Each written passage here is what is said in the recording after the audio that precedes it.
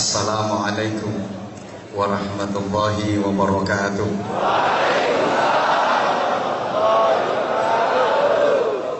Bismillahirrahmanirrahim. Alhamdulillahilladzi ja'alana minal ladzina yastami'una al-qawla fayattabi'una ahsanah. Ittabi'u man la yas'alukum ajran wa hum muhtadun. Asyhadu an la ilaha illallah wahdahu la syarika lah wa asyhadu anna Muhammadan abduhu wa rasuluhu la nabiyya ba'dah. Allahumma shalli wa sallim wa barik ala sayyidina wa maulana wa syafi'ina wa uswatina wa qudwatina wa habibina wa qurrati a'yunina Muhammadin sallallahu alaihi wasallam صاحب الشفاعة وعلى آله وأصحابه ومن تبع رشده. سبحانك لا علم لنا إلا ما علمتنا إنك أنت العليم الحكيم. رب اشرح لي صدري ويسر لي أمري واحلل عقدة من لساني يفقهوا قولي واجعل لي وزيرا من أهلي. Rabbana atina min ladunka rahmah wa hayyi' lana min amrina rasyada. Rabbana la tuzigh qulubana ba'da idh hadaitana wa hab lana min ladunka rahmah innaka antal wahhab. Amma ba'd. Ikraman wa ta'ziman wa hurmatan wa mahabbatan. Salam hormat, salam ta'zim, salam ukhuwah, dan tentu saja salam kul huwa ilaih. Awalan saya haturkan kepada para alim ulama, para amir masjid, musalla, ketua dewan syura, para pembina, ketua dan para pengurus KMI yang saya taklimi, yang sama-sama kita hormati. Mr. Ilang wong ya.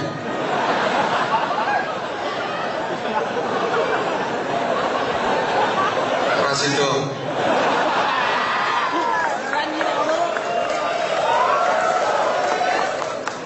Kesawan le. Arep tak omongin Mr. Yasirli. Hilang wong. Maksudku arep tau mengi aku orang ngerti omonganmu. Aku medendeng orang nyawang awakmu tapi nyawang jilbab abang burimu.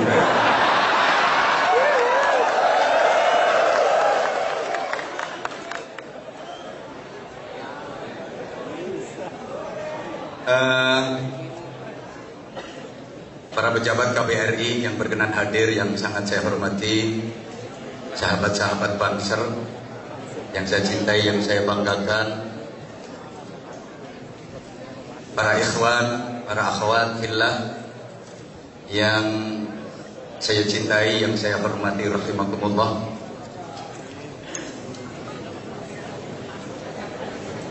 Saya bahagia, saya bangga sekaligus salut menyaksikan semangat saudara-saudara saya di negeri ginseng ini yang luar biasa antusias dalam mengikuti majelis taklim hari ini.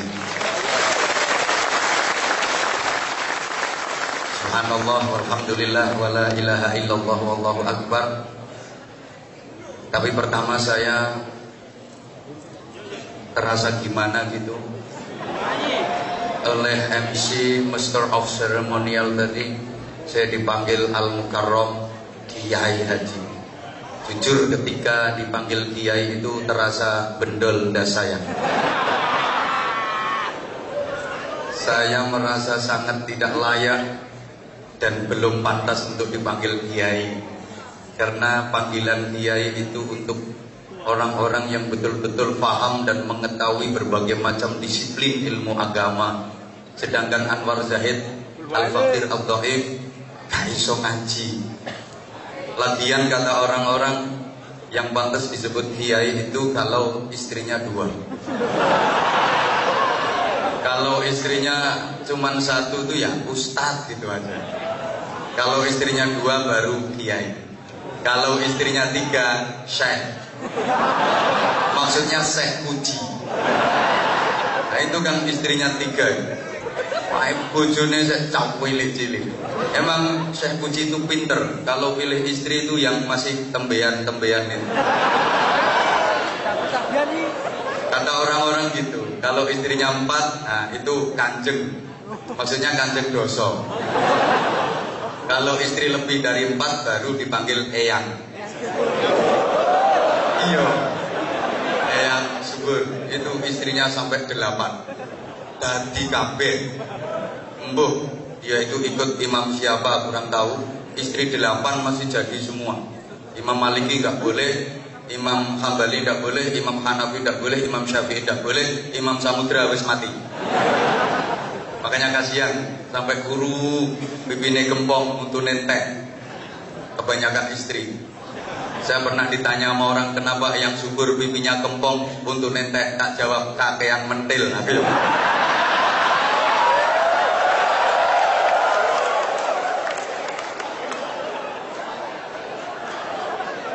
Alhamdulillah, bi'aunillah, biqudratillah, birahmatillah. Saya yang dhaif Anwar Zahid bisa bersilaturahim, bermuajahah bersama saudara-saudara saya yang ganteng-ganteng, yang atas cantik-cantik, Masya Allah. Bahagia, bangga. Mudah-mudahan majelis yang kita ikuti hari ini benar-benar menjadi sarana turunnya rahmat Allah untuk kita semua, menjadi sarana turunnya hidayah untuk kita semua, sehingga hidup dan kehidupan kita benar-benar mendapatkan barokah dan ridha Allah Subhanahu wa taala. Hadirin hadirat, ikhwatal iman, jamaah sekalian yang saya cintai, yang saya hormati, rahimakumullah. Sebagaimana tema yang tertera dalam rangka milad Musholla Al-Iman Yongcheon. Oh bener buka kok tulisannya mono. Pererat ukhuwah Islamiyah, tebarkan dakwah, sukseskan pembangunan Masjid Agung Daegu dan Kulhuwaile Keswen. Yang pertama, ukhuwah Islamiyah itu sebenarnya hanya merupakan istilah yang berlaku di tengah-tengah masyarakat dan memang diciptakan seperti itu. Ukhuwah itu artinya persaudaraan. Kalau ikhwah artinya saudara. Jadi ukhuwah Islamiyah itu artinya persaudaraan yang diatur oleh syariah Islamiyah. Persaudaraan yang diatur oleh undang-undang agama Islam. Dan memang bagi Allah agama itu ya hanya Islam. Mulai zaman Nabi Adam sampai akhir zaman, agama itu ya cuman Islam. Kalau dalam Al-Quran disebutkan ada Yahudi, Nasrani, itu bukan agama, tapi semacam sekte, semacam kelompok dari keturunan satu bangsa. Kalau agama bagi Allah itu ya cuman Islam.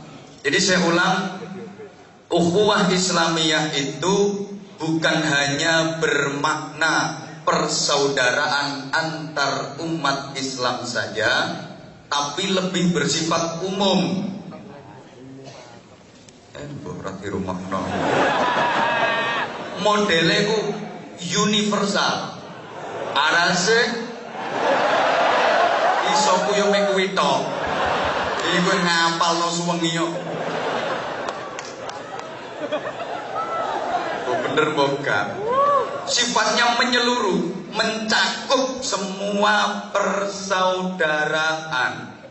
Bukan hanya persaudaraan antar umat Islam saja, tapi sekali lagi ukhuwah Islamiyah semua bentuk persaudaraan yang diatur oleh undang-undang undang-undang agama Islam, meliputi semuanya. Kalau hanya persaudaraan antar umat Islam saja, itu istilahnya bukan ukhuwah Islamiyah, tapi al-ikhwan al-muslimun. Sama orang ngerti, orang ngerti bahasa Arab. Dan secara otomatis setiap umat Islam itu memang bersaudara. Sebagaimana Rasulullah Muhammad SAW pernah menyatakan, antar umat Islam itu kalbunyanil wahid yashuddu ba'duhum ba'da. Umat Islam itu seperti satu bangunan yang satu dengan yang lain saling menguatkan, saling mengaitkan. Yang kayak bangunan ini. Jadi ada muslim beton, ada muslim semen, ada muslim pasir sengireng-ireng, ada muslim kayu. Nah, fungsinya juga beda-beda. Ada yang berfungsi sebagai pondasi, ada yang berfungsi sebagai tembok, ada muslim yang berfungsi sebagai jendela, ada muslim yang berfungsi sebagai atap, ada muslim yang berfungsi sebagai cagak. Nah, cagaknya itu yang sebelah atas itu, mbak-mbak dan ibu-ibu. Rasul menyatakan an-nisa imadul bilad. Wanita adalah tiang negara. Kalau laki-laki kan cuma tiang jaler.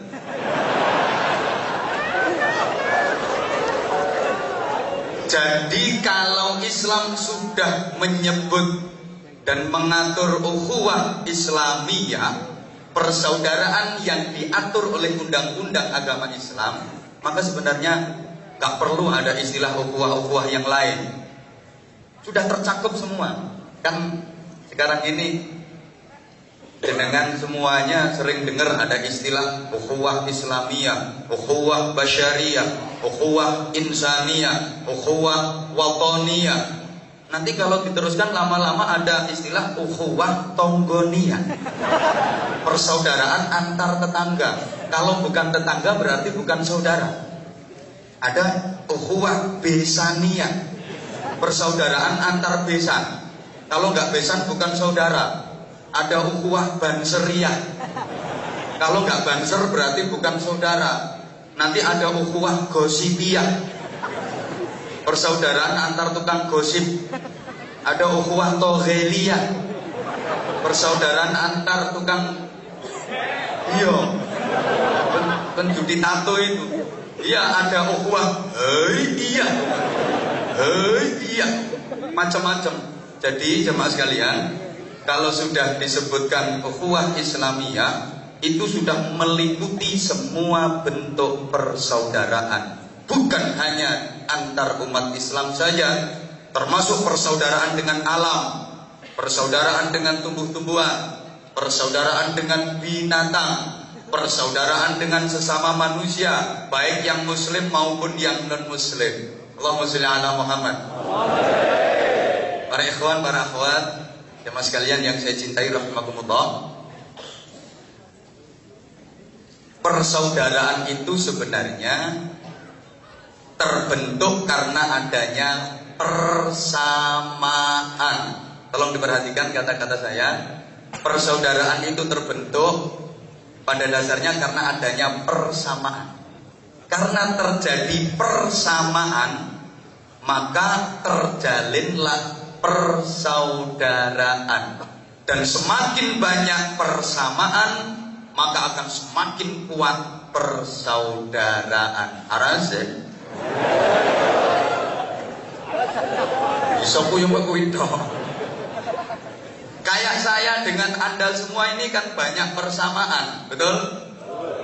Agamanya sama, Tuhannya sama. Yuk nyaut, agamanya, Tuhannya, nabinya, kitab sucinya, sholatnya, puasanya, makannya, minumnya, ngisingnya. Kita banyak persamaan. Ibadah kita sama. Maka kita saudara, persaudaraan kita kuat. Kenapa? Karena kita banyak persamaan. Oleh karena itu tolong, kalau ada sedikit perbedaan, gak usah dibikin ribut, jangan dibikin geger. Kan lebih banyak persamaannya daripada perbedaannya. Kadang-kadang gara-gara beda rokaat sholat tarawihnya terus ribut. Yang satu harus 8 rokaat, satunya yang benar 20 rokaat. Kata satunya yang benar 8 rokaat, hadisnya ini. Satunya yang benar 20 rokaat, hadisnya ini. Subhanallah. Jangan lihat perbedaannya, jangan lihat hitungan 8 dan 20-nya, tapi lihat sama-sama sholat tarawihnya. Tergantung bagaimana cara kita menyikapinya. Yang 20 rokaat, ketika imamnya 8 rokaat, begitu imam selesai dapat 8 rokaat bubar, tambahin dewe, apa susahnya sih kari nambahi rolas. Demikian pula yang 8 rokaat, ketika bermakmum kepada imam yang tarawihnya 20 rokaat, begitu imam dapat 8, minggato bro. Selesai kan persoalannya. Dulu ribut gara-gara beda, satu pakai kunut, satu nggak pakai kunut dalam sholat subuh, ribut dan karu-karuan. Harus pakai kunut karena itu sunnah akad, satunya nggak boleh kunut karena itu bid'ah, ribut dan karu-karuan. Alhamdulillah sekarang udah nggak lagi ribut karena udah sama-sama nggak sholat subuhnya.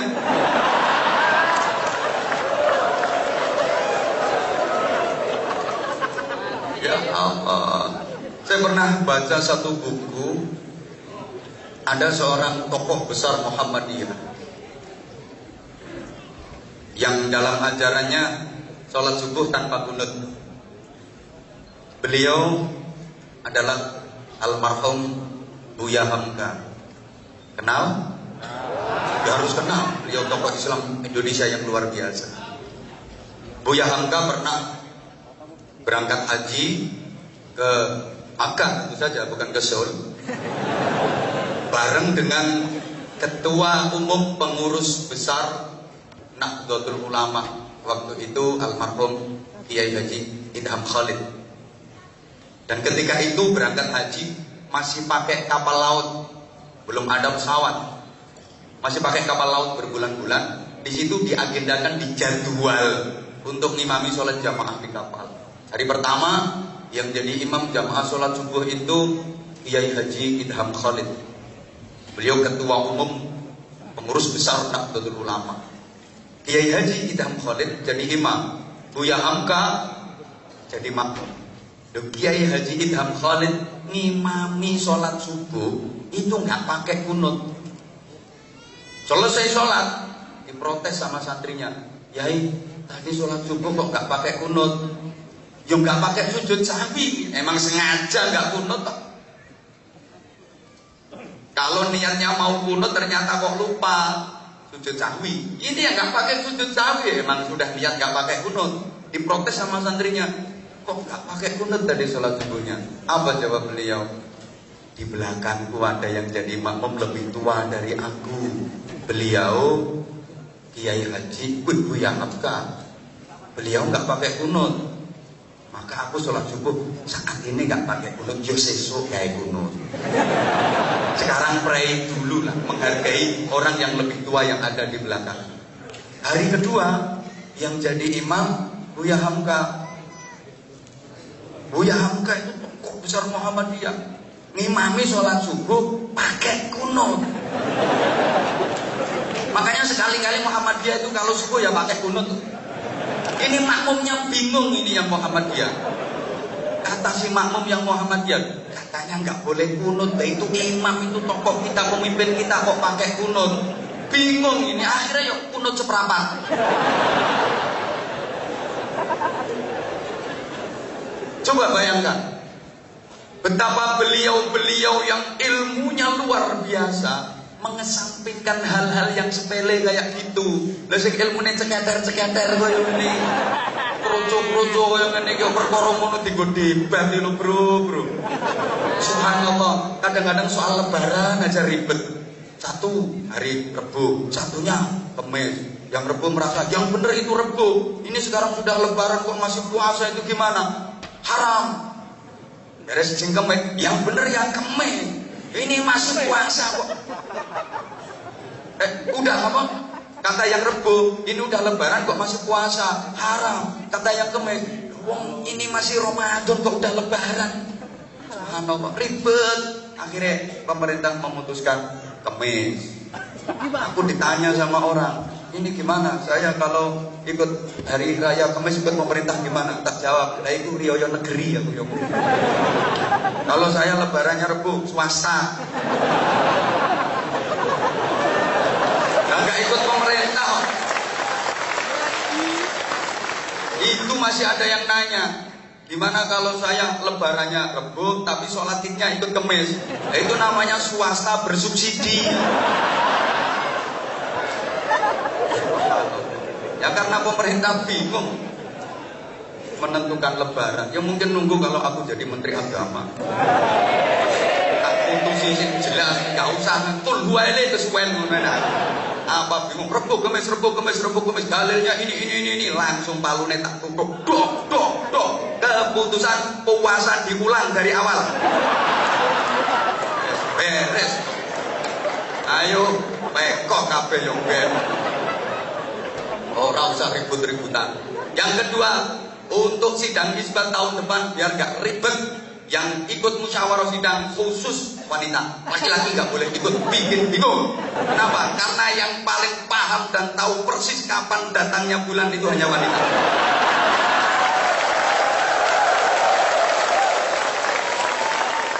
Allahu Akbar. Jadi jamaah sekalian yang saya cintai, saya hormati rahimakumullah, kalau terjadi persamaan maka terjalin persaudaraan. Termasuk subhanallah, saya sempat lupa nanya, ini yang datang sekian banyak ini apa manusia semua? Berarti kita banyak persamaan, kita sama-sama manusia. Oleh karena itu kita saudara. Bahkan dengan musuh pun Al-Quran menyebut sebagai saudara. Ada seorang nabi yang diutus ke kaumnya dan dimusuhi oleh kaumnya. Itu Allah menyatakan dalam Al-Quran sebagai saudara. Wa ila adin akhahum Huda. Dan kepada kaum Ad Allah mengutus saudara mereka yaitu Nabi Hud. Padahal kaum Ad sangat memusuhi Nabi Hud. Seumur hidup Nabi Hud selalu dimusuhi oleh kaumnya. Tapi Allah menyatakan dalam Al-Quran sebagai saudara. Wa ila Thamuda akhahum Shalihah. Demikian pula kaum Samud yang selalu memusuhi dan memerangi Nabi Soleh, oleh Allah juga dinyatakan sebagai saudara. Wa ila Madyana akhahum Syu'aiba. Kepada kaum Madyan Allah mengutus saudara mereka Syu'aib. Padahal kaum Madyan selalu memusuhi Nabi Syu'aib, tapi disebut sebagai akhahum, saudara. Ada satu surat Al-Quran yang sangat ekstrim. Ini dalam beberapa waktu pernah saya sampaikan. Allah memaki seseorang. Bismillahirrahmanirrahim. Tabbat yada abi lahabin wa tabb. Ma aghna anhu maluhu wa ma kasab. Sayasla naran dhata lahbin wa imra'atuhu hammalatal hatab fi jidha hablum min masad. Ini pertama ayatnya tabbat, itu bentuk makian. Dari sisi uluhiyah sebenarnya yo gimana gitu. Artinya tabbat itu meso. Yo gak iso yo kon nirokno. Pokoke lek sampean yo DANCUK aja diwaca. Gak boleh dibaca. Kira-kira tulisannya seperti itu. Abu Lahab.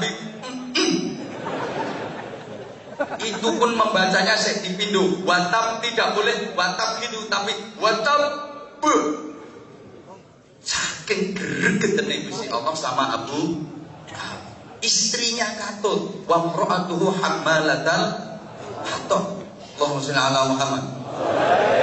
Ini kan Allah gregeten sama Abu Lahab. Tapi coba, bagaimana Rasulullah memanggil Abu Lahab yang selalu memusuhinya? Ya ammi, wahai pamanku. Pak Le, lo. Demikian pula Abu Lahab memanggil Rasulullah tuh ya bena akhi, wahai putra dari saudaraku, ponaanku. Makanya kalau terjadi sesuatu perbedaan gak cocok dengan family, dengan tetangga, dengan temen, jangan bermusuhan. Beda pendapat boleh, beda prinsip boleh, persaudaraan harus terus meskipun gak cocok. Karena kalau memutus persaudaraan dilaknat sama Allah. Yang qutullah qati'a rahimin walau mata jawfal Ka'bah. Nabi menyatakan Allah melaknat orang yang memutus tali persaudaraan meskipun dia matinya di dalam Ka'bah.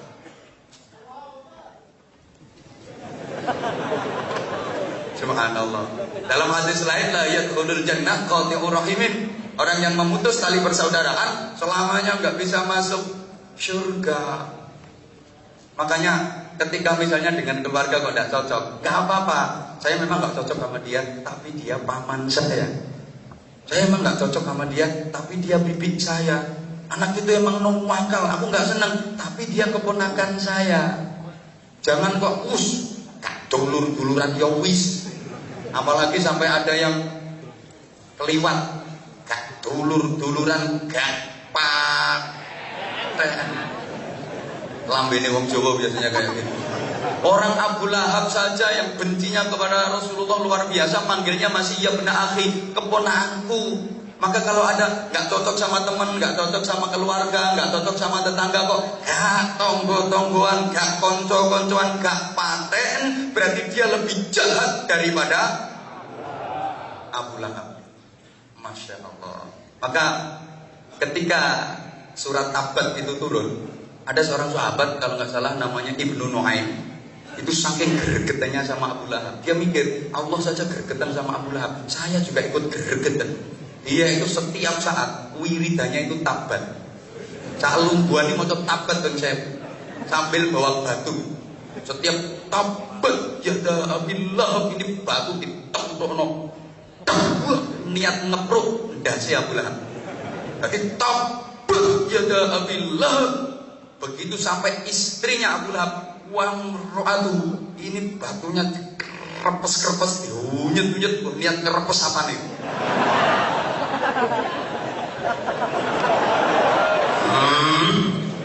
Itu dibaca 1000 kali setiap hari. Satu ketika dia lagi wiridan, tobat juga, wamro'atu. Ini gak por-por klotak enggak? Enggak waktu tapi konangan Rasulullah mikir rojul.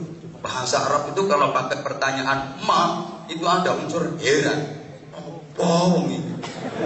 Wiridan gak la ilaha illallah, gak subhanallah, gak Allahu akbar, gak la haula wala quwata illa billah. Wiridan tobat. Akhirnya ditanya sama Nabi, bro, Anda itu kok aneh banget. Pikir gak pakai la ilaha illallah, gak pakai subhanallah, gak pakai alhamdulillah, gak pakai la haula wala quwata illa billah, kok pakai tabat itu apa maksud kamu? Yang jawab, saya itu gregetan sama Abu Lahab, selalu memusuhimu ya Rasulullah. Maka saya pikirkan kayak gini biar semakin celaka itu Abu Lahab. Apa kata Nabi? Anda dari iman gua. Tahukah Anda siapa Abu Lahab itu? Wallahi ma adri ya Rasulullah. Demi Allah saya nggak tahu siapa dia ya Rasulullah. Huwa ammi Abu Lahab nunung pakleku. Lah kok mbok bisui? Lah kowe lho mindoanku ae ora. Lah dia itu paklekku, pamanku kok kamu misui. Kamu boleh baca tabang, tapi jangan bertujuan untuk ikut-ikut memisui paklekku. Biar itu urusannya dengan Allah. Apa urusannya dengan kamu? Mulai saat itu sahabat gak pernah baca surat tabang kecuali tadarusan. Wes gak berani lagi baca surat tabang. Bahkan salah satu putri dari Abu Lahab yang namanya Zainab itu aslamat wa hajarat ma'an Nabi sallallahu alaihi wasallam. Masuk Islam dan berhijrah bersama Nabi ke Madinah. Setelah turun surat Tabat itu, ini putrinya Abu Lahab yang bernama Zainab yang telah masuk Islam dan hijrah bareng Rasulullah ke Madinah. Jadi bahan cemoohan, digawe nyek-nyekan wong. Lagi ke pasar, nawar barang kok kemurahan, yo ditabat. Misalnya beli baju, ini harganya berapa? Bilang 2.000. Terus dia nawar 1.500 ya. Tabat dia ada penjualnya langsung baca tabat. Lagi lewat ditawarin sama penjual, Mbak Zainab, gak beli barangku? Enggak. Tabat. Di toko juga gitu. Beli apa Mbak Zainab? Beli gula. Ini gulanya tabat. Subhanallah, dia bersedih. Mau marah kok ayat Quran, mau gak marah bapak ditabat-tabat terus. Subhanallah, mau marah itu ayat Quran, mau gak marah kok bapak.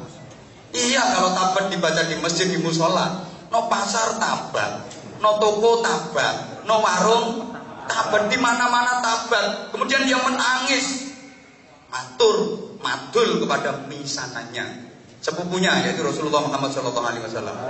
Ya Rasulullah, ma balu auladil kufar ghairi? Bagaimana dengan anak-anaknya orang kafir selain saya? Kan banyak yang bapaknya kafir, banyak di antara sahabat-sahabat itu yang ibunya kafir, bapaknya kafir. Tapi kenapa yang ditabat kok cuma bapak saya?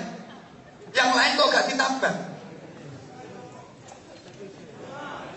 Apa sikap Rasulullah? Oke Zainab, kalau gitu besok sholat zuhur kamu sholat di barisan yang sekiranya aku bisa melihat kamu. Siap. Begitu sudah mau sholat zuhur, ya Zainab itu ya berada di barisan depan, pakai pakaian yang mencolok, biar Rasulullah bisa menengeri, meniteni.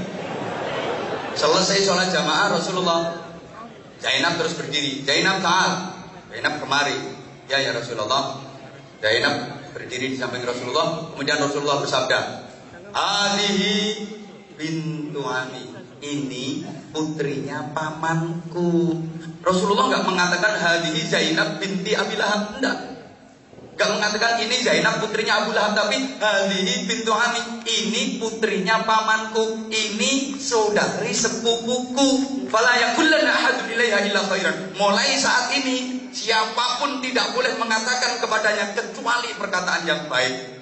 Mulai saat itu surat Tabat itu menjadi surat yang paling tidak laku di Madinah. Kesimpulan dari cerita saya ini apa? Betapa Rasulullah sangat mementingkan ikatan tali persaudaraan. Allahumma sholli ala Muhammad. Jadi kata kuncinya persaudaraan timbul karena adanya persamaan. Selama ada persamaan dengan apapun, dengan siapapun berarti saudara. Arase? Kita dengan binatang itu berarti ya saudara. Itu kan ada persamaan. Saya tanya, binatang itu makhluk hidup apa enggak?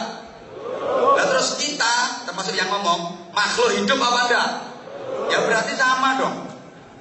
Binatang makan kita juga, binatang minum kita juga, kan sama dong. Binatang tidur kita juga. Ayo nyauto toh bro, gak semangat. Binatang makan kita juga kan sama. Binatang minum kita juga, binatang tidur kita juga kan sama. Binatang rabenan kita juga. Rabenan tuh bahasa. Subhanallah. Maka kita itu punya saudara yang bernama wedhus. Duh. Oleh karena itu Hubungan dengan binatang pun diatur dalam Islam. Allahumma shalli ala Muhammad. Ar-rifqu bil hayawan wajibun. Bersikap lemah lembut, berbuat baik kepada binatang itu hukumnya wajib. Kenapa kok wajib? Karena masih ada hubungan saudara. Loh iya. Jadi kita dengan wedhus itu dulur. Ngono kok ada yang protes. Loh kalau dulur kok disembelih? Loh kan diizinkan oleh Allah.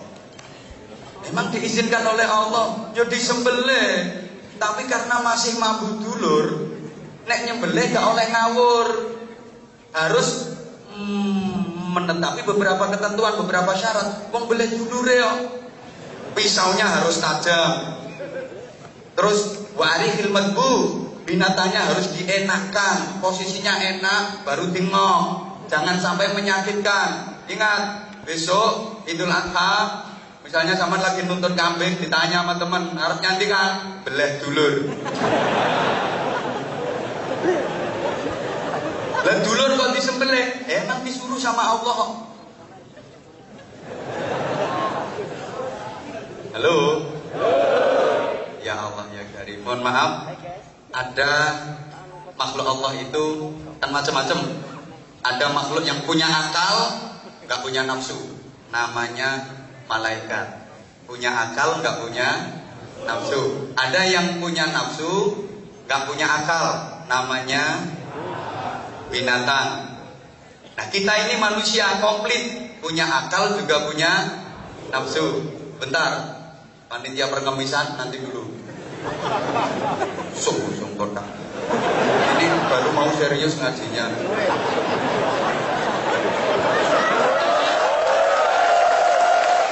Dan nanti ada waktunya sendiri. Satu, ada makhluk Tuhan itu yang punya akal, nggak punya nafsu. Namanya namanya malaikat. Maka malaikat itu cerdas. Kalau nggak cerdas gimana, Bang? Akalnya itu untuk menampung firman. Sehingga malaikat itu hanya punya akal tapi nggak punya nafsu. Maka malaikat semuanya jujur, malaikat semuanya baik. Emang nggak punya nafsu. Malaikat Jibril nggak pernah korupsi ayat. Misalnya disuruh sama Allah, ini sampaikan ayat ini kepada Nabi, wah lihat ini ayatnya bagus, gak usah sampaikan pek dewe ae, gak ono. Sing korupsi ku mbok sapa ngono. Kalau malaikat Jibril gak pernah seperti itu. Malaikat Mikael gak pernah salah dalam membagi rizki. Rizki untuk sampean gak mungkin salah ke ini Amir Musola. Demikian pula rizkinya Amir Musola gak mungkin keliru jatuh ke sampean. Malaikat Mikael gak pernah salah. Yang suka salah itu panitia pengajian.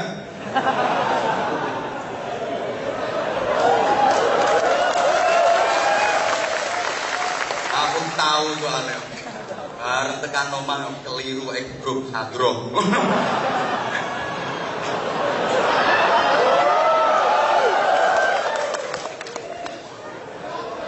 Nah, semua orang itu rezekinya udah diatur sama Allah. Dan malaikat Mikael yang bagian menyalurkan, sebagai penyalur rezeki, gak pernah salah.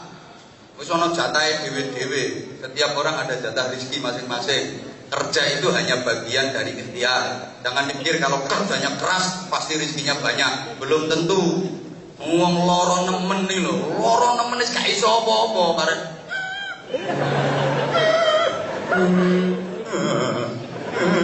Gak bisa apa-apa, nyatane no pinggire yo jajan-jajan yo akeh.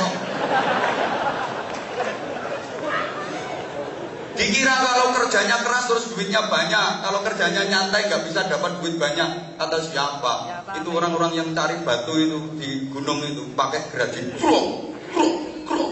Sehari pol, sehari suntuk, krok, krok.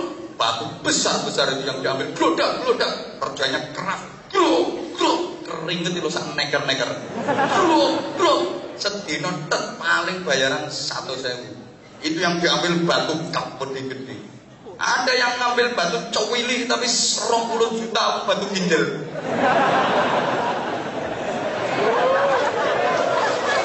Batu ginjal wes.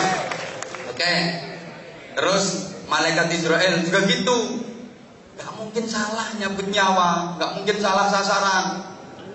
Misalnya ini sebagian dari Amir musola ini ada yang itu baju putih itu misalnya, terus dicabut nyawanya kok 2 bulan lagi, ya enggak gue, gak mungkin salah.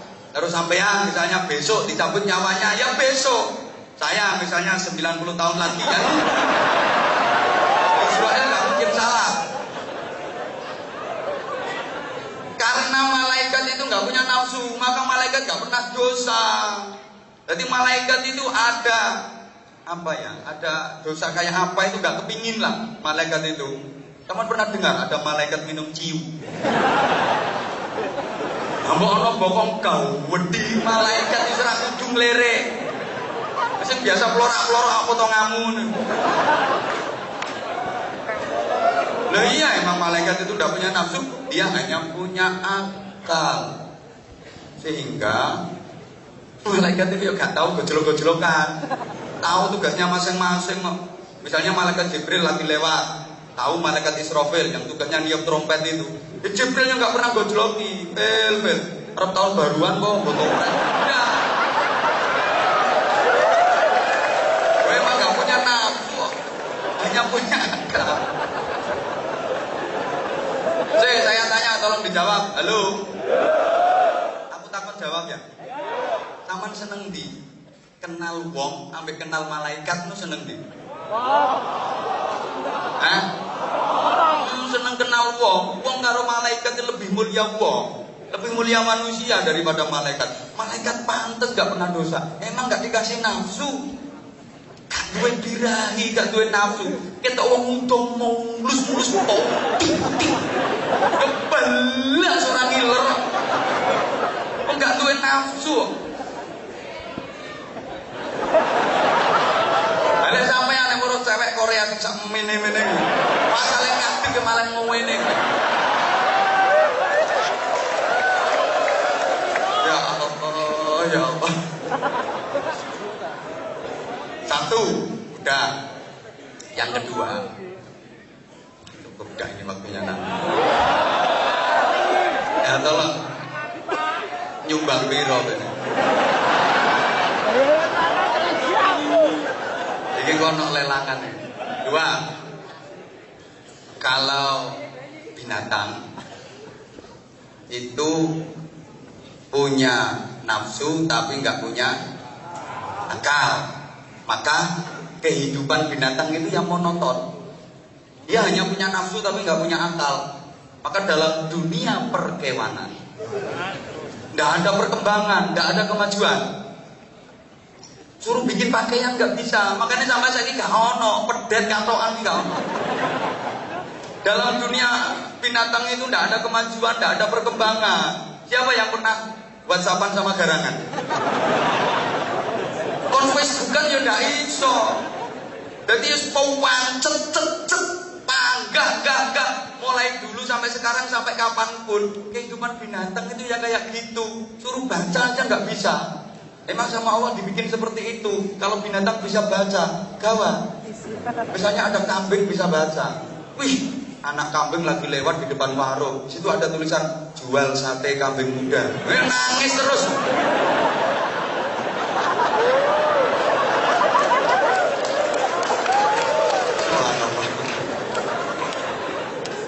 Jadi karena binatang itu nggak punya akal, yang monoton. Halo. Makanannya ya mulai dulu sampai kapanpun ya itu aja. Kayak jarang, sapi, wedhus, itu panganannya ya suket mentan. Sampai kapanpun ya suket mentan, karena dia nggak punya akal. Kok gak berpikir sekali-kali gawe sop damen.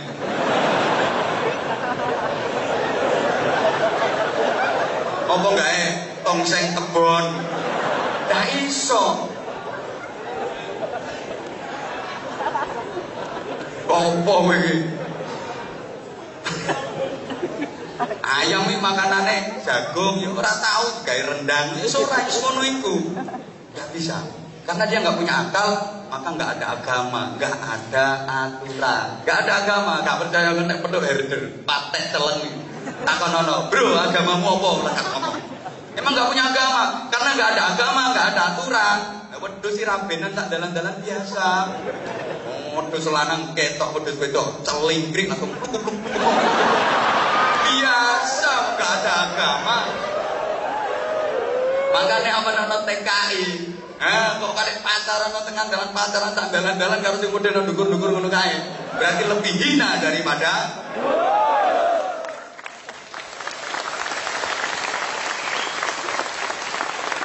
para wedhus-wedhus sekalian yang saya hormati.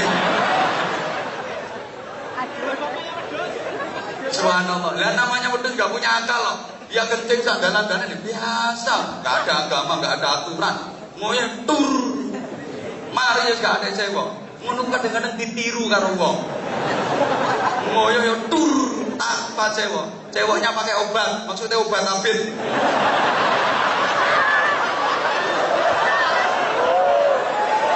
Itu berarti manusia yang tiru derajatnya lebih hina daripada.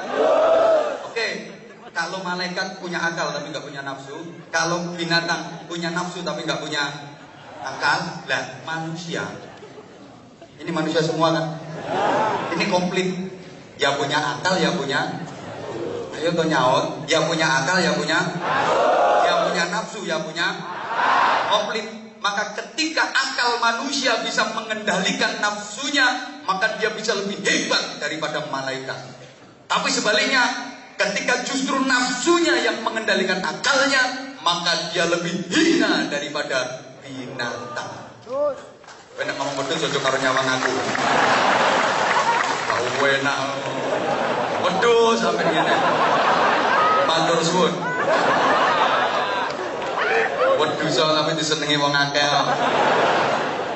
Ngene. Subhanallah. Oke, wis mulai rame. Maksudnya materi ini. Tapi dilungkas tarian infak. Apa sing saya suwi? Loh, apa minggat ya orang isi? Ya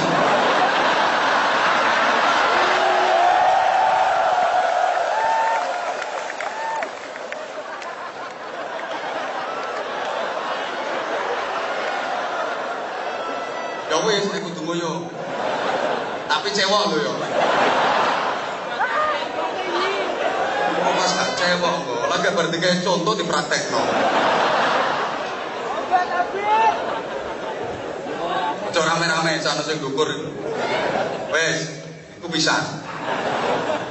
Dan kalau akal manusia bisa mengendalikan nafsunya, maka manusia bisa lebih hebat daripada malaikat. Kenapa? Karena akalnya divariasi dengan keindahan nafsunya. Nafsu itu bisa jadi indah kalau dimodifikasi oleh otak, oleh akal. Malaikat itu cuma punya akal, nggak punya nafsu. Jadi monoton juga. Malaikat itu kalau zikir, kalau baca Quran, kalau tasbih, kalau sholawat, ya gitu-gitu aja. Terus pancet, datar, tanpa lagu, tanpa nada. Semua sama. Bahkan malaikat yang ditugasi untuk sujud, ya mulai diciptakan sampai akhir zaman ya sujud toh. Suruh rukuk nggak bisa itu malaikat. Bisanya cuma sujud toh. Tak iso. Kon koyo sampean iso entul-entul jadi tuli-tuli gobek-gobek ora iso. Jadi malaikat juga heran itu kok bisa entul-entul jadi tuli-tuli gobek-gobek. Lah saya kok hanya nyosong terus. Ya emang dia nggak bisa, bisanya cuma sujud itu tok. Malaikat yang tugasnya zikir ya zikir dan zikirnya seragam, sama kayak gitu semua. Kalau kita kan enggak, karena akal kita divariasi dengan keindahan nafsu. Bisa indah, pakai nada, pakai lagu. Coba, kalau malaikat semuanya sama kok zikirnya. Kalau kita enggak, adzan Mekah sama adzan Jawa, sama apa beda? Beda. Adzan Mekah kan enak, sing Allahu Akbar, Allahu Akbar. Coba ada tempat Jawa. Ponorogo. Allahu Akbar.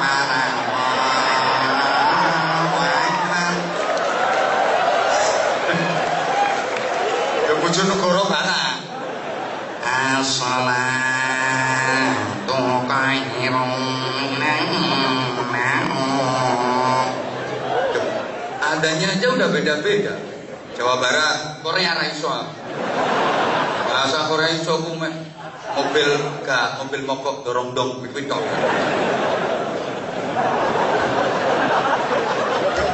Liyane gak iso. Adanya beda-beda. Hayya 'alal falah.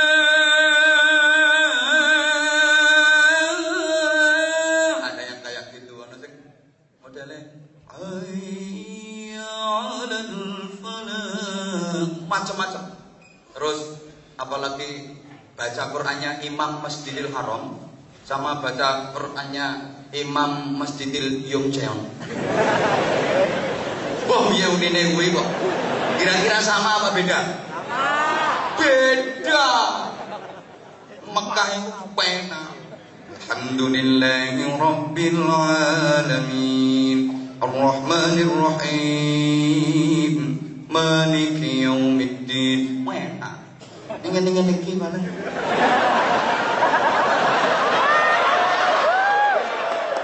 Ayo manggelo tak dukno pisan. Nek di loke ngene iki merupakan spirit motivasi. Aku kudu enak saiki ngajiku. Semangat. Tunggu biasa. Saya dulu juga gitu di loke. Ceramah kok kayak gitu. Saiki iso tekan Korea.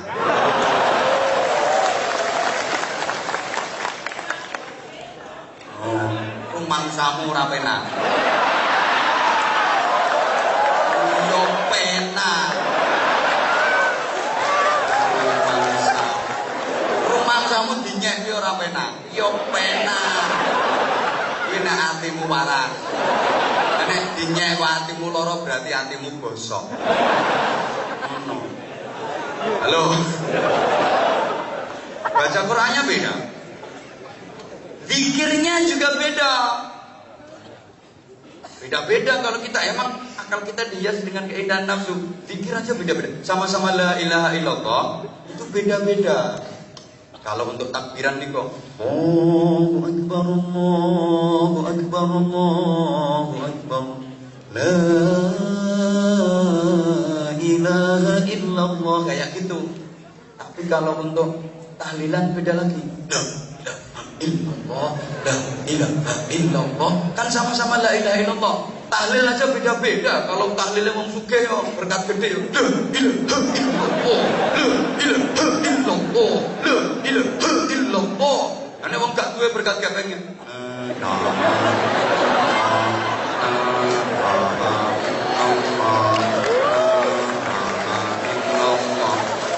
Beda. Ono maneh sing modene La ilaha illallah, la ilaha illallah, la ilaha illallah, Muhammadur Rasulullah, la ilaha illallah, la ilaha illallah. Sono sambutane. Mari sama-sama jenazahnya almarhum Mbah Suripto kita antar ke makbarah. La ilaha illallah, la ilaha illallah. Zikirnya beda-beda. Sama-sama la ilaha illallah, lagunya seje-seje. Sholawatnya beda-beda. Ini manusia. Indonesia luar biasa. Banyak grup-grup sholawat. Fans sholawat luar biasa. Seneng aku bangga dengan Indonesia.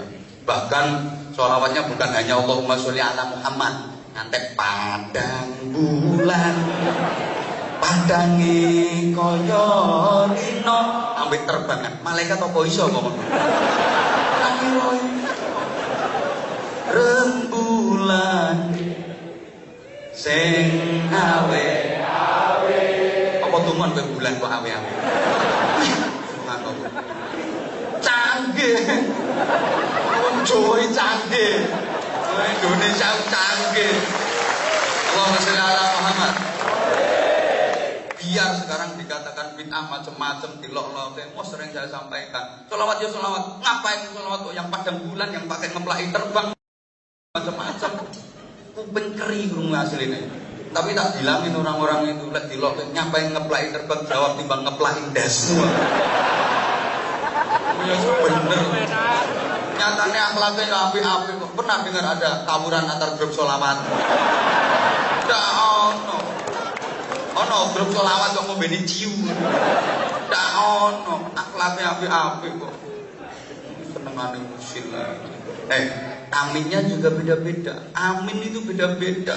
Kalau malaikat amin itu sama, seragam. Makanya ketika sampean sholat berjamaah, tahu jamaah apa ora, potongan jeburis-jeburis. Tapi insya Allah akan manusia-manusia yang insaf ini. Mari iki jangan partai masuk jeburis-jeburis ini digelem teko. Rangiro. Ora mungkin. Rumangsamu gelem teko. Ayo orang ngarah teko. Saking aneh sing ngaji padha jemburise. Ketemu bolone makane gelem budal. Allahumma sholli ala Muhammad. Subhanallah. Siapa yang sholat berjamaah ketika imam selesai waladhdallin terus baca amin kok bareng dengan aminnya malaikat, diampuni semua dosanya. Malaikat itu aminnya wis ngono iku modele kayak gitu, enggak variatif. Nah kalau kita kan ya tergantung lagune imam toh. Nah imam lagune waladhdallin amin. Lah nek imame waladhdallin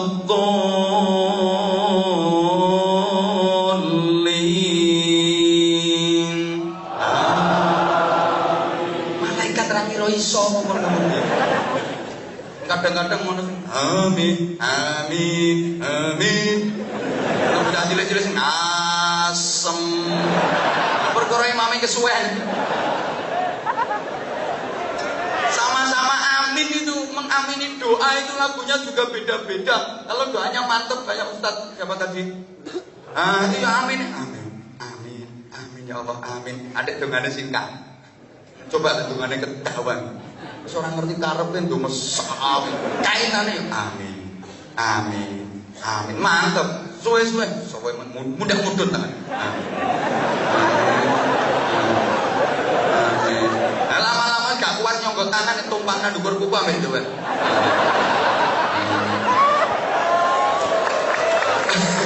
Agak tanda begecil-begecil ngene kayak amin. Amin. Aminnya aja beda-beda.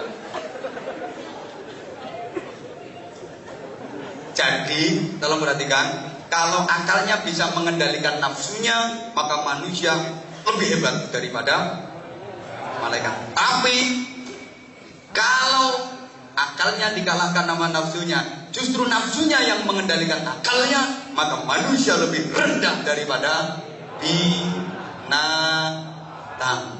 Allahumma sholli ala Muhammad. Binatang hanya punya nafsu, nggak punya akal. Maka pantas kalau binatang itu yang akal kayak gitu, memang nggak punya akal. Kayak wedhus itu, dia nggak punya malu, hanya punya kemaluan. Nah, maka benar tak dalan-dalan biasa tuh. Nah, kalau sampean itu lah terus tiru wedhus itu kan yo. Nah, karena binatang itu nggak punya akal, maka nakalnya itu ya pacet kayak gitu. Mulai dulu nakalnya ya cuma kayak gitu, nggak variatif blas nakalnya. Wedhus sih nakalnya paling-paling yang perusahaan enggak. Ya, kucing ini paling-paling nakalnya ya nyolong pindah. Gak iso kon nglakoni nakal liyane gak iso. Yakin pinter sampean.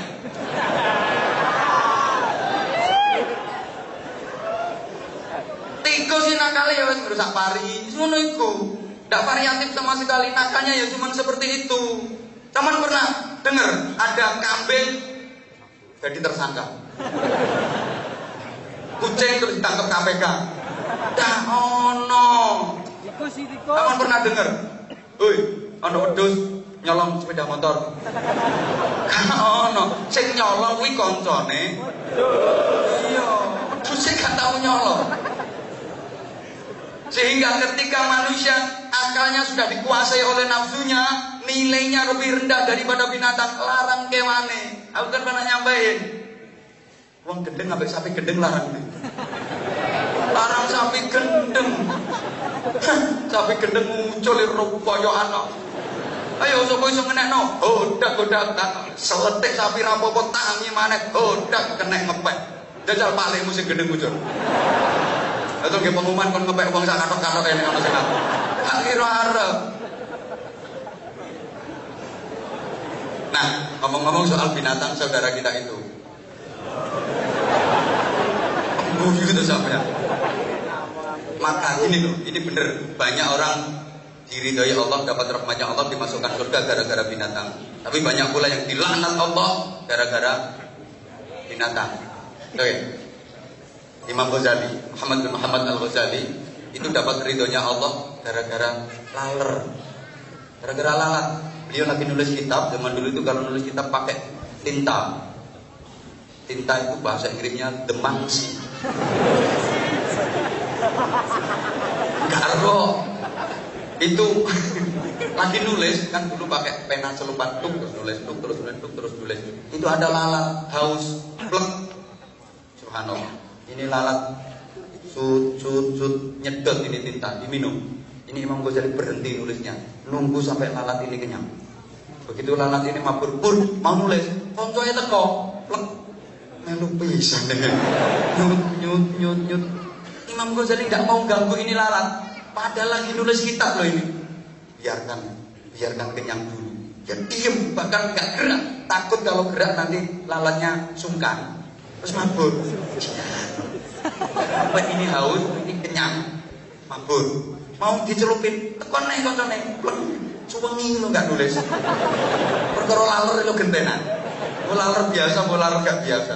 Lu gara-gara welas sama laler itu dirahmati Allah, dapat ridhonya Allah. Masih ingat kisah seorang perempuan, mohon maaf, nakal, yang istilah kerennya pelacur, tempeli alat mancur, WTS wadah titip senjata itu. Katanya orang-orang balon yang bayar dapat kelon itu. Itu kan ada itu perempuan nakal, dia habis melayani entah dapat berapa laki-laki. Kecapean melaku saya sampai heke. Menengok. Bayang kewa. Di tengah padang pasir dia jalan panas dan karu-karuan. Tengah padang pasir haus, lapar. Hampir semaput dia. Hampir gak sadarkan diri. Saking laparnya, saking hausnya.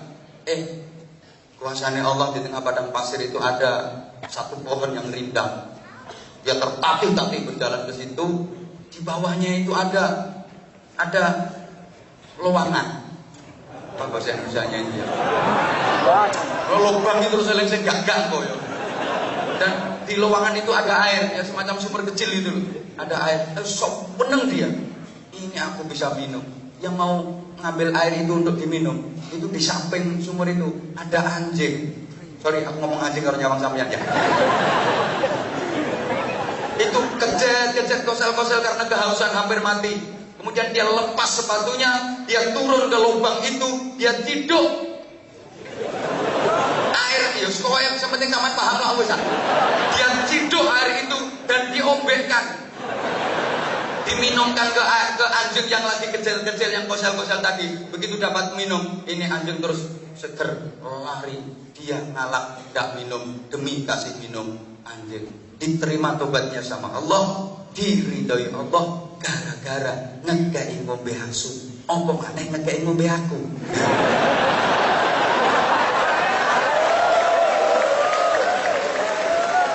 Alhamdulillah.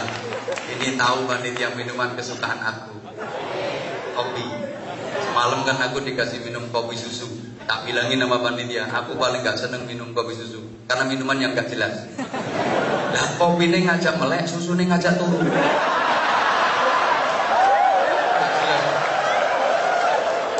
Nah, kalau ini kan jelas memang ngajak melek. Bismillahirrahmanirrahim.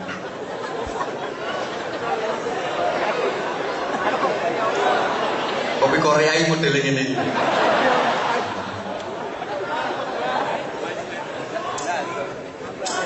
Oke. Jadi banyak orang yang dirahmati Allah, diridhai Allah karena binatang, gara-gara binatang. Allahumma sholli ala Muhammad. Teman sekalian rahimakumullah, zaman Bani Israel itu ada seorang ulama besar. Dia lagi jalan, dicopot semut kakinya, tersinggung. Lama cokot semut, semut wani nyokot ulama. Dia tersinggung, semut asem ini. Semut itu berani-beraninya nyokot sikilnya ulama. Dia marah, akhirnya ambil pelepahnya kurma itu, bahasa Jepangnya debelara. Ambil yang kering itu, terus dibakar itu. Omae semut itu dibakar. Dia langsung dapat teguran keras dari Allah. Kamu berbuat dolim. Kenapa ya Allah? Lawang yang gigit kamu cuma semut satu, semut sak kampung kok bakar semua itu. Saya nyokot ini semut siji, lho kok semut sak kampung kok obong kabeh. Yang kedua, yang berhak menghukum pakai api itu cuma aku, yang lain nggak boleh. Akhirnya dia gara-gara dolim sama semut itu dihukum Allah, suruh tobat sampai 3 bulan terus-menerus baru diterima tobatnya. Jadi banyak yang dapat ridha Allah karena binatang, banyak yang dimurkai Allah juga karena binatang. Allahumma sholli ala Muhammad. Ada seorang perempuan yang masuk neraka gara-gara kucing. Dia habis goreng pindang, kalau cerita zaman sekarang kayak gitu. Habis goreng pindang, pindangnya ditolong kucing. Dia marah, itu kucing dikejar-kejar, ditangkap terus dikerangkeng. Beberapa hari gak dikasih makan sampai kucing itu mati kelaparan. Dia dimasukkan neraka gara-gara kucing. Ya Allah. Emang kadang-kadang antik kayak gitu. Pernah dengar ceritanya Imam Hatim Al-Asyam. Namanya Kiai Hatim Al-Asyam itu julukan. Yang tuli, sebenarnya nggak tuli, ulama kok tuli. Enggak. Itu dia diangkat oleh Allah jadi wali. Ceritanya kan gara-gara gini. Hatim Al-Asyam itu punya toko, kalau zaman sekarang ya kios, toko peracangan itu. Punya toko peracangan. Nah, satu ketika ada seorang cewek yang cantik, payu, cara kene nendi yo. Oh, no. Bukan aku, Mbak, sing ngomong iki lho, kroco-kroco lho sing ngomong. Tak ono jare, pelecehan ayu-ayune ngono. Saiki ayu bol atau pandokono gak ro aku. Ini dia ada seorang cewek cantik mau ke toko mau belanja. Waktu itu habis hujan, lagi jalan di depannya toko, terpeleset ini perempuan, srek, doprok, klaksone ngunyi, suaranya keras karena memang bokongnya agak gede. Kan volume entut itu tergantung ukuran bokong. Semakin gede ukuran bokong, semakin keras volume entutnya. Kalau bokong cilik ya. Nah ini bokong gede. Nah ini perempuan habis rujaan, habis makan pete lah, sambune gak enak. Mambune bel-bel selemut-selemut selendep-selendep gak karu-karuan. Karena dia begitu dobrok, terus baunya gak karu-karuan, subhanallah. Ini Hatim ya tahu, tapi dia berusaha untuk pura-pura tidak tahu. Kemudian setelah ini perempuan bangkit, wisin wajahnya ditutupi. Bayangkan ada perempuan cantik kentut di depan kiai. Yang wisin pol ngentut nang ngarepe kiai, misalnya kayak mbak-mbak ngentut nang ngarepku. Nek nang ngarepmu ya biasa. Karena kamu layak untuk dipentut. Yang wisin malu dia, wajahnya ditutup. Ini Hatim pura-pura. Terus dia nanya, Imam Hatim, beli apa mbak? Itu sambil malu dan menutup wajahnya dia ngomong, beli gula. Apa? Dia pura-pura gak dengar. Gula. Apa? Ngomong yang keras mbak, aku gak dengar. Beli gula. Maaf mbak, di sini gak jual beras. Gula. Di sini gak jual beras mbak. Pura-pura tuli. Ini akhirnya perempuan yang tadi malu luar biasa langsung dibuka kembali wajahnya. Alhamdulillah. Berarti orang ini nggak dengar kentutku. Padahal Imam Hatim bukan cuma denger, mambu meh semaput. Meh semaput.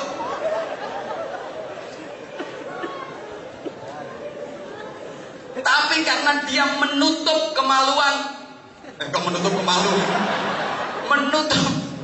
menutup rasa malu tuh cewek, subhanallah, diangkat dari wali. Tadi ono wong dari wali gara-gara entut ini.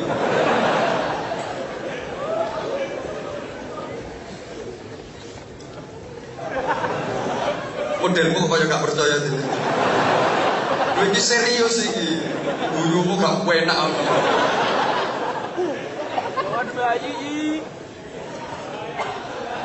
Malah telat guyunya. Allahumma sholli ala Muhammad. Nah, saudara-saudaraku, saya suwe biasanya main sak jam. Joyo. Oke. Coba joyo.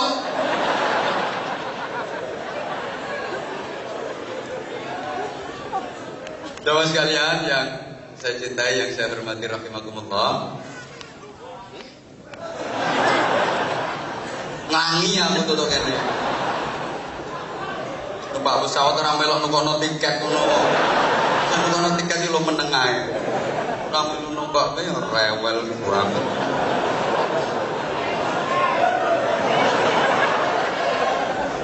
Malah mohon maaf banget ya.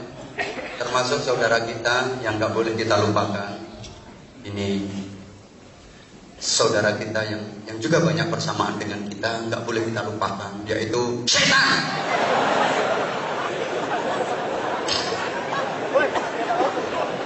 Kaget yo ben. Kita dengan setan itu mampu dulur. Biasanya orang kalau digituin itu marah, malah sopan ya. Panjangnya dulurnya teman berarti. Loh iya, loh kita sama setan itu ya punya persamaan. Ya sama-sama makhluk jelas, sama-sama makhluk jelas. Binatang juga makhluk, setan juga makhluk, ya tumbuhan juga makhluk, jin juga makhluk. Tapi manusia kan yang paling baik, paling bagus dari makhluknya Allah. Makanya ada lagu makhluk Tuhan paling seksi. Kamulah makhluk Tuhan yang tercipta, yang paling seksi. Itu bojone koncoku. Kandhane Ahmad Dhani koncoku itu. Wis to, kita dengan setan itu dulu. Satu ketika ada seorang sahabat lagi ngaji bareng Nabi, dia angop. Apa bahasa Indonesia angop ya? Ya, iya menguap kayak lambe bumi. Begitu dia menguap itu dia ngomong, "Kau udah syaitan, kurang ajar ini setan." Sambil ngomong, kurang ajar setan. Langsung ditegur sama Rasulullah. La taqul kadzalik. Kamu jangan bilang gitu. Kamu jangan memaki setan. Karena memaki itu pekerjaan setan. Lah kamu kok memaki? Berarti kamu melakukan sesuatu yang itu merupakan pekerjaan setan. Walakin ista'idz billah minasyaitonir rajim. Tetapi kamu mintalah perlindungan, mohonlah perlindungan kepada Allah dari godaan setan. Jadi kita itu gak bisa mau melawan setan, itu gak bisa. Kita cuma punya hak untuk mohon perlindungan kepada Allah dari godaan. Lalu sampai kok mau ngelawan setan, jelas gak bisa. Setan itu selama hidupnya punya prestasi dan reputasi yang luar biasa.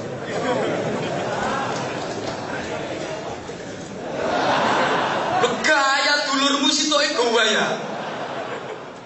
Prestasinya luar biasa, setan reputasinya luar biasa. Bayangkan, setan itu jadi kepala surga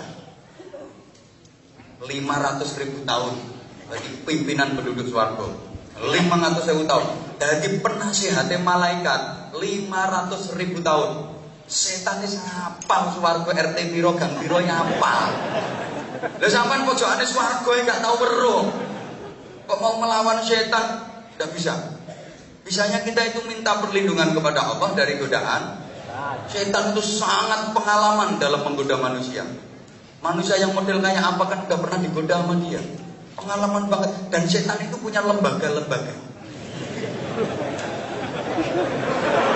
Guyumu kok gak percaya dia ngomong-ngomong. Jadi dalam dunia persetanan itu banyak lembaga. Ada lembaga persombongan, ada lembaga pergosipan belah sana itu. Ya, yang nggak boleh marah lah ibu. Emang kayak gitu kok umumnya. Lebih banyak omongan perempuan daripada laki-laki. Maka kalau udah jadi suami istri, wong lanang lek dijak debat bantahan-bantahan karo wong itu tolong mundur. Mumpung durung mesti diglet. Soalnya kamu sih akeh kono. wani ngalahe wae. Kalah gak kira menang. Aku wis balak-balik to. Balak-balik. Makane amat bojoku ngomong ngene tak rungo. Wis jarno se. Wis rampung ya sadaqallahul adzim. Memang bener Allah berkata seperti itu. Sadaqallahul adzim. Gobal cetit. Selesai urusannya. Direwangi malah dadi. Wong lanang cerdas iki. Mau wedok arek ngamak kata-kata gak kuat ngrungokke tinggal metu. Engko ya gak ono gerdu ae. Lha ngono gerdu mek rokok jedal. Kira-kira rada suwe, boleh. Tekan omah kok wis deh. Sik durung tarik titik metu meneh. Balik no gerdu neh. Ngono. Rada suwe balik mulai. Wis deh, wis katok. Ya wis. Ya Allah ya Karim, Masya Allah. Jadi ada lembaga pergosipan, ada lembaga peririan, ada lembaga perhasutan, ada lembaga perduitan. Setan yang bagian jaga dompet itu ada. Jadi nanti kalau ada panitia keliling, itu ada. Setan yang bagian jaga dompet itu juga ada. Mau ngeluarin itu di stop sama setan.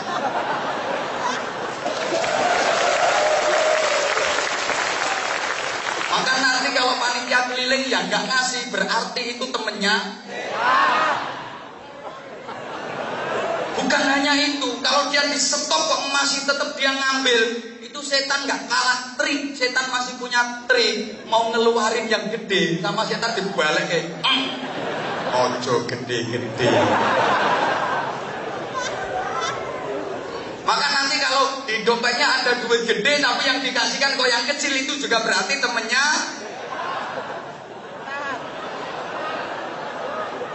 Maka biar gak kalah sama setan, berapapun yang ada di dompetmu ambil semua, lebokke kabeh. Insya Allah mulihmu melaku.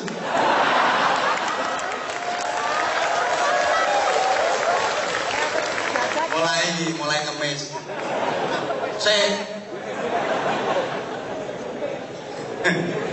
Ya Allah, setan itu kayak gitu. Aku tak keras. Ya wes. Allahumma sholli ala Muhammad. Setan ini macam-macam cara godanya. Kalau ada perempuan jalan, itu biar laki-laki tertarik. Setan ini punya cara. Ini aku terang non. Kalau dari belakang, laki-lakinya di belakang, itu sama setan.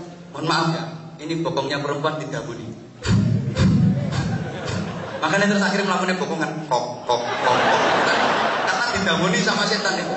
Jadi setan ini loro, yang satu dari sebelah kanan, yang satu dari sebelah kiri, sambil ngetuke, sing kono nyebul gini nyedot, kono nyebul gini nyedot. Setan ini terlalu kuaten.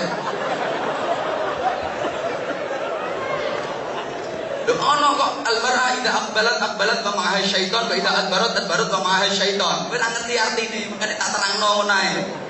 Wong aku sing maca yo ora ngerti artine yo.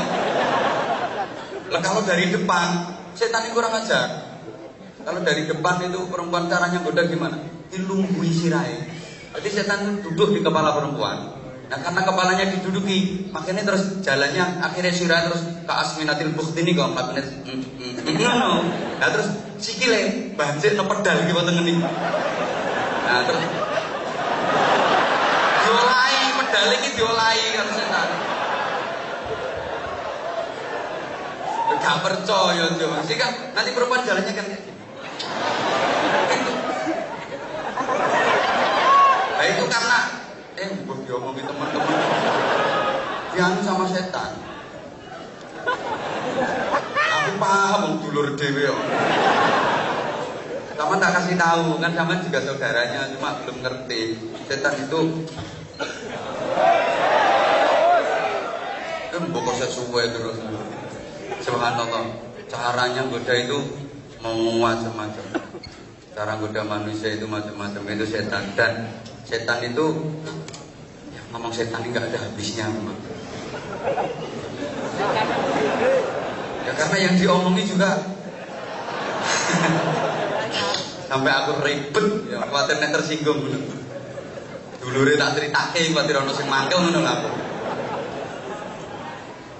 Wong kelas-kelas setan itu ada yang kelas playgroup, kelas TK.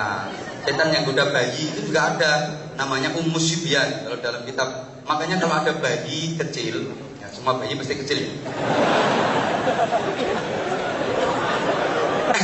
Kalau ada bayi kecil itu jangan sampai dibiarkan tidur sendirian. Harus ada temennya, direwangi baik, apa kakaknya, apa siapa. Jangan sampai dibiarkan tidur sendirian. Kata Nabi begitu. Mudah digoda setan yang namanya Ummus Sibyan. Tapi setan yang goda orang hebat lain lagi. Ada seorang sahabat itu namanya Abdullah bin Ummi Maktum, salah satu muadzin Rasulullah. Suaranya enak. Tapi sahabat ini mempunyai keterbatasan fisik. Beliau buta.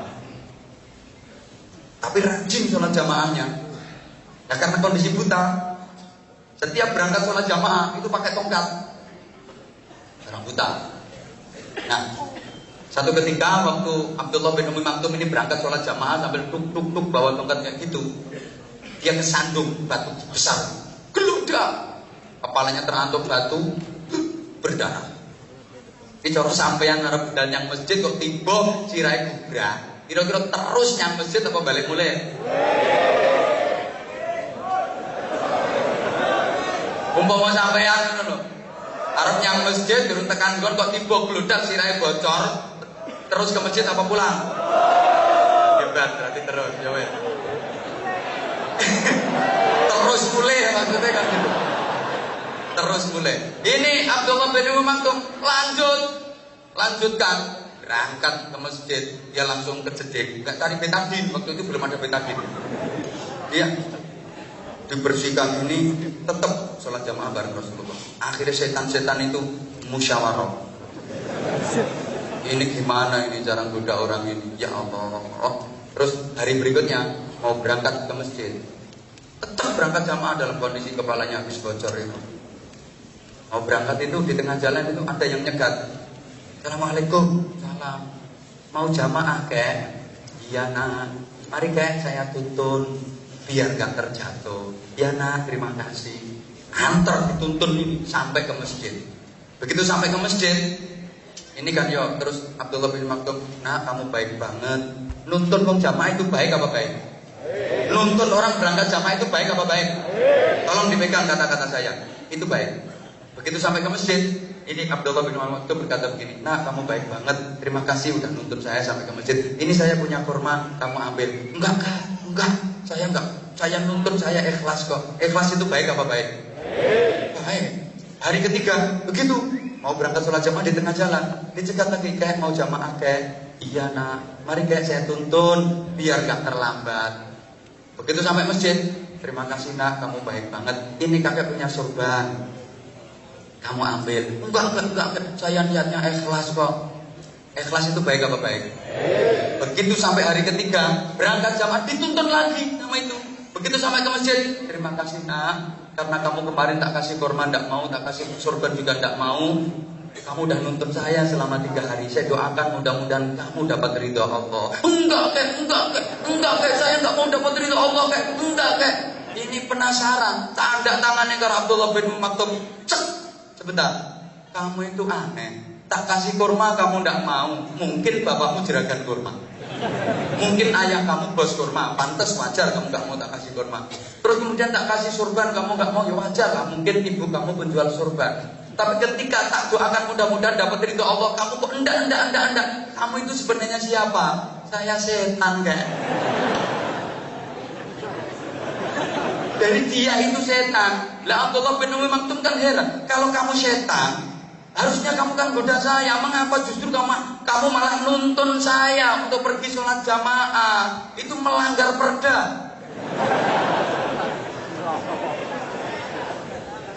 Oh kamu setan kok malah nuntun saya berangkat sholat jamaah? Apa jawab setan? Kayak 3 hari yang lalu kakek mau berangkat jamaah kan kesandung batu sampai terjatuh kepala berdarah-darah. Iya bener, itu yang jadi batu aku kayak. Aku memang sengaja jadi batu menghalangi jalan kakek biar kakek terjatuh. Gelodak begitu terjatuh biar gak jadi berangkat sholat jamaah. Ben balik mulai, makanya aku dadi watu biar kakek terjatuh. Kalau udah terjatuh berdarah kan nggak jadi sholat jamaah, kembali pulang. Ternyata kakek tetap aja berangkat sholat jamaah karena kakek habis terjatuh dan terus tetap berangkat sholat jamaah. Dosa kakek yang di langit itu dihapus separuh. Lah ini kalau kakek jatuh lagi, iso-iso entek dosa. Makanya tak tuntun ben ora tiba. Lagi ini sampai tiba lah yang entek dosamu lunas. Makanya ben ora tiba tak tuntun. Setan ini sampai kayak gitu.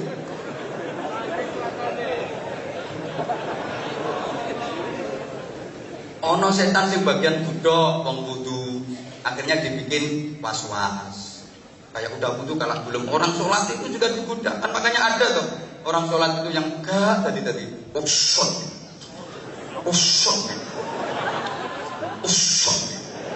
usut, yang lain udah jalan waduh dene usal,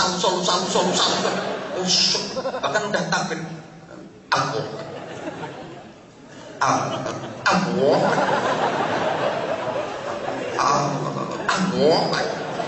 iku yo dibudo setan iki.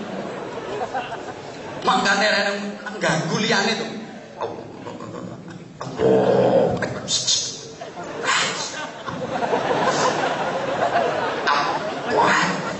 Kan dadi mana? Lek ana sholat model ngono ku jongkrokno ae le kesawet. Iya. Iku lek gak dijongkrokno gak waras-waras. Saya itu diajari sama guru saya. Ada orang wudu itu yang was-was.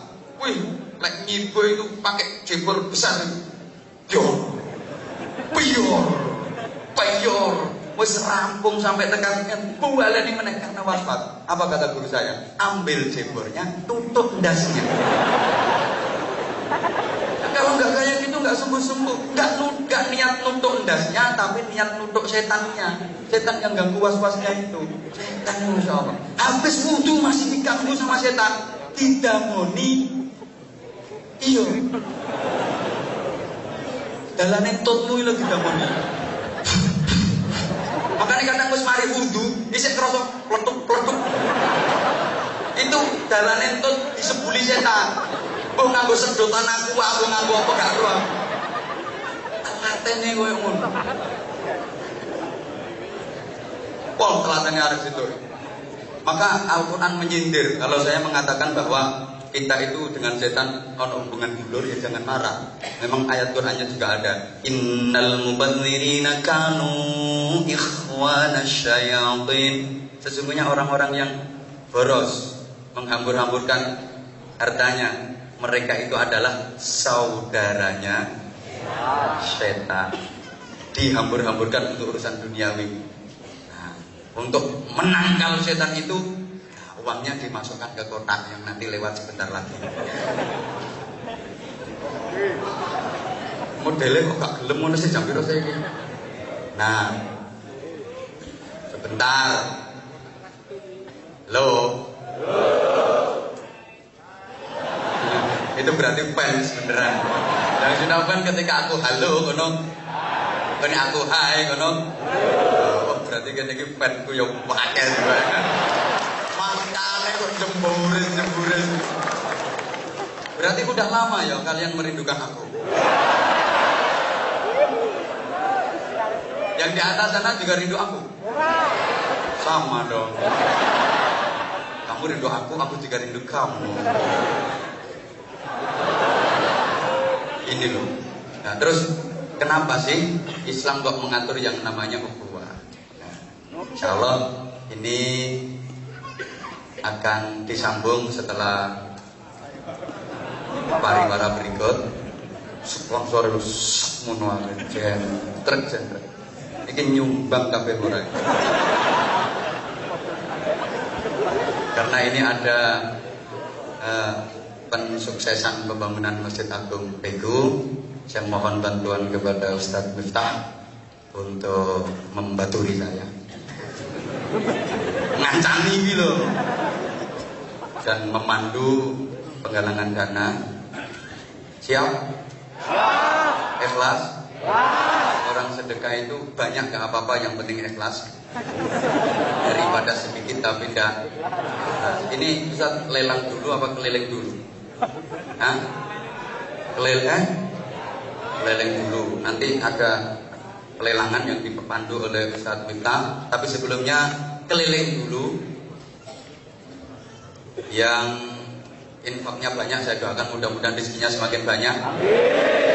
Minimal gampang boleh utangan.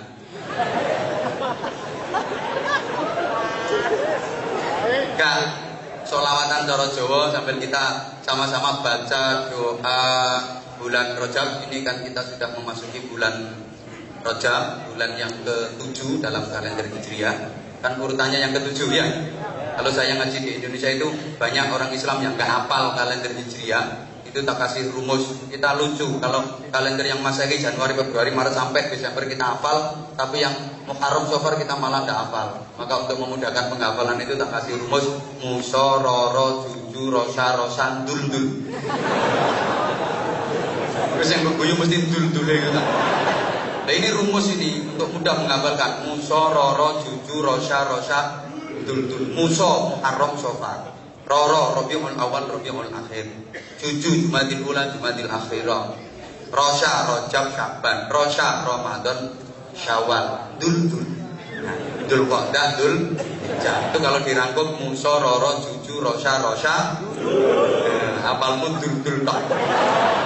Berarti Rajab itu kalau diurut menempati urutan bulan yang ke-7, Syaban ke-8, Ramadan ke-9. Urutan. Aja kaya dagelan iki pelawak, ngitung mulane durut tekan dhuwur.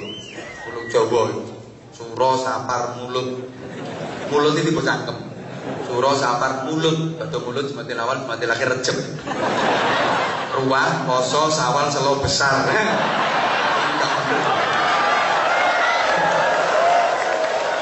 Itu ngawur kok itu. Nah, di bulan ini kita anjurkan Nabi untuk memperbanyak doa, dan saya yakin semuanya doanya udah hafal. Sambil infaknya nanti keleleng. Ini untuk pembangunan masjid. Man bana masjidan banallahu lahu baitan fil jannah. Siapa yang membangun masjid ikut berpartisipasi lillah karena Allah, maka Allah akan membangunkan istana untuknya di surga. Nah, istananya berupa apa? Ya tergantung seberapa nominalnya. Dan ingat, saya sering sampaikan bahwa surga itu jannatun tajri min tahtihal anhar. Di bawahnya mengalir sungai-sungai yang ladzatal lisyaribin. Ada dari khamr, ada dari susu, ada dari madu yang luar biasa nikmatnya. Tinggal nyedok saja. Nek akeh. Nek titik yang dilan tok iku maya. Dolit dilan. Sing iso nyedok yo 1 juta. Ya minimal separuh gaji lah. Nah, itu nanti ada bonusnya jaket itu. Itu dapat jaket bonus di sini dan juga dapat gedung di surga dan juga dapat subhanallah tajri min tahtihal anhar. Wong ibadahku itu gak karu-karuan. Arep jagake apa nek jagake sedekah. Orang itu kalau meninggal itu sambatnya gini. Ditenono iki sok potong namu ngono iku modele.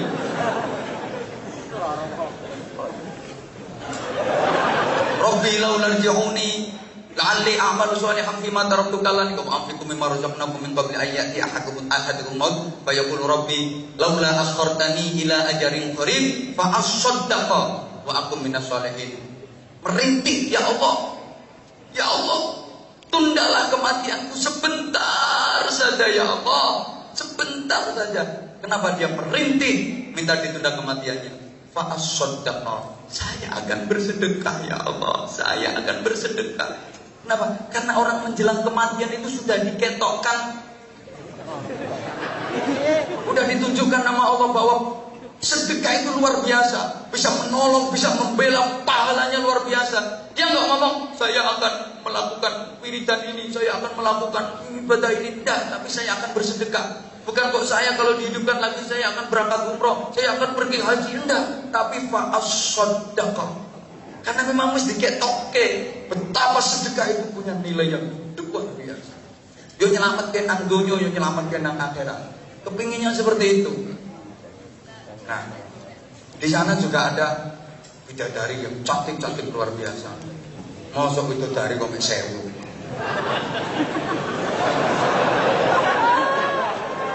Saya aku takon cewek Korea ini piro sing ayu. Kuwi tong tutip basin. Eleke yo kecut. Kita dari surga. Masya Allah. Mahal bro. Sewu. Nginceng tok we. Malah ngelek itu oleh nginceng tok. Mahal. Maka Rasulullah itu wafat sepeser pun gak meninggalkan harta warisan. Karena kenapa? Semua kekayaan Rasulullah dibawa ke akhirat. Rasulullah itu kaya. Jangan dipikir Rasulullah itu miskin. Kaya. Zaman itu wong nikah sama Sayyidah Khadijah ada maharnya 200 ekor unta merah. Terus saya kira limusin gitu. 200 enggak yo 10 dealer. Zaman kira-kira soalnya nikah mahar itu. Saya ketemu sak legeke.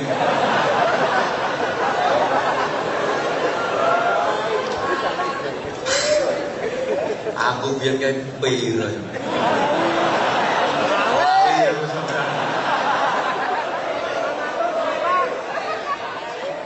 Apa ngomong saya umangat tuh?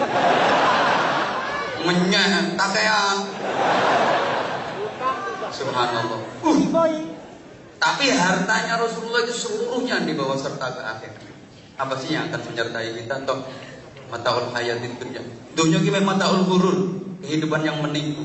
Apa yang akan menipu di dunia?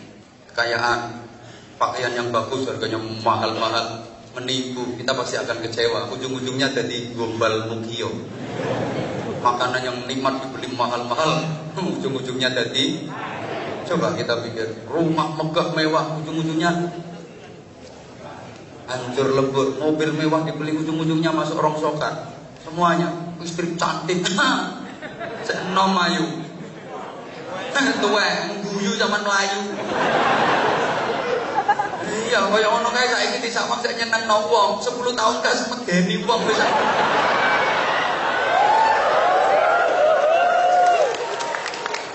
Ora usah tepuk tangan, kok potonganmu ya padha.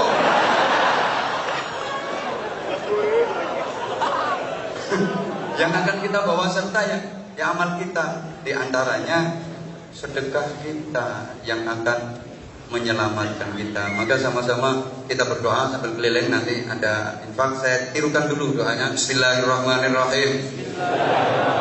Allahumma barik lana fi Rajab wa Sya'ban wa ballighna Ramadhana bi rahmatika irhamna. Allahumma barik lana fi Rajab wa Sya'ban wa ballighna Ramadhana bi rahmatika irhamna. Allahumma barik lana fi Rajab wa Sya'ban wa ballighna Ramadhana bi rahmatika irhamna. Ini kalau diartikan Allahumma ya Allah barik, berikanlah keberkahan, tambahan kebaikan lana kepada kita semua fi Rajab, di dalam bulan Rajab ini, wa Sya'bana, dan di dalam bulan Sya'ban, wa balligh, dan sampaikanlah, wa ballighna, sampaikanlah kami ya Allah Ramadhana, sampai ke bulan suci Ramadan. Ini ungkapan doa kita akan kerinduan kita bisa sempurna, kita menjalani bulan Ramadan sampai sempurna. Amin Allahumma. Diawali dengan semangat Rajab, diawali dengan semangat Sya'ban, sambil berinfak. Modelnya kok wabut. Ingat, di dompetmu ada setan. Ketika jodoh sama ngomong, setannya jawab. Ketika mau nyambut kok terasa berat banget. Kalau kepingin aku datang lagi ke sini, pecahkan rekor yang selama ini udah terjadi. Kalau kemarin misalnya infaknya dapat sekian, kali ini harus lebih banyak dari yang kemarin. Kalau nggak seperti itu mungkin sulit untuk mendatangkan.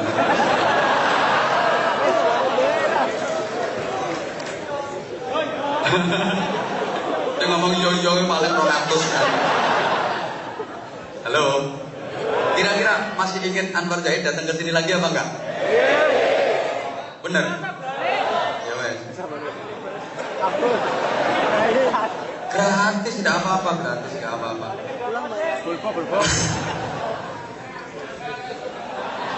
Dipikir aku rene iki nglangi ngono. Ini perjuangan ya, kita nggak perjuangan berapa hari meninggalkan istri, meninggalkan santri demi sampean. Kok curhat? Allahumma sholli ala Muhammad. Allahumma barik lana fi Rajab.